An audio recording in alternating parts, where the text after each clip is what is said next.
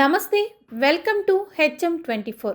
మన్సాన్పల్లి గ్రామ పంచాయతీ సర్పంచ్ అభ్యర్థి వట్టెల పుష్పమ్మ మల్లేష్ యాదవ్ మాట్లాడుతూ, గ్రామ ప్రజలు మీ అమూల్యమైన ఓటు వేసి మీ యొక్క ఆశీస్సులతో గెలిపించినందుకు గ్రామాభివృద్ధి చేస్తామన్నారు. భారీ మెజారిటీతోనే గెలిచారు. ఎలా ఫీల్ అవుతున్నారు? అంటే ఈ గ్రామంలో ఎలాంటి అభివృద్ధి కార్యక్రమాలు చేయబోతున్నారు? అంటే ఎప్పుడు అవైలబుల్ ఉంటారా మీరు ఊళ్ళో? గ్రామస్తులకు అందరూ థ్యాంక్ యూ చెప్తున్నా.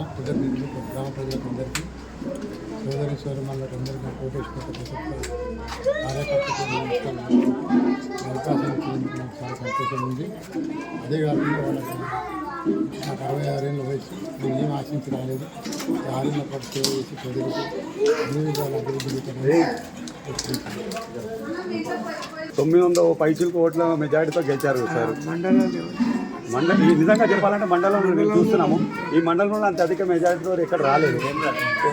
వ్యక్తి మంచోడు, చెప్పండి. అందరికీ వ్యక్తి మంచోడు, అందరికీ అందుబాటులో ఉంటారా? ఏదైనా అర్ధరాత్రి అందుబాటు ఉంటాడు, ఏది కావాలన్నా పనిచేస్తాడు. ప్రతి దానికి ఆయన అందుబాటు ఉంటాడు. ఏదానికైనా అన్ని అర్ధరాత్రి కూడా ఫోన్ చేస్తే రెడీ ఉంటాడు. మంచి వ్యక్తి బట్టి ఈ మెజార్టీ వచ్చింది.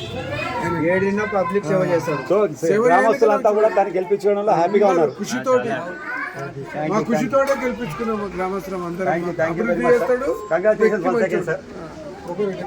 సార్ వార్డు మెంబర్ గెలిచారు. మీ 10 మంది వార్డు మెంబర్ గెలిచారు.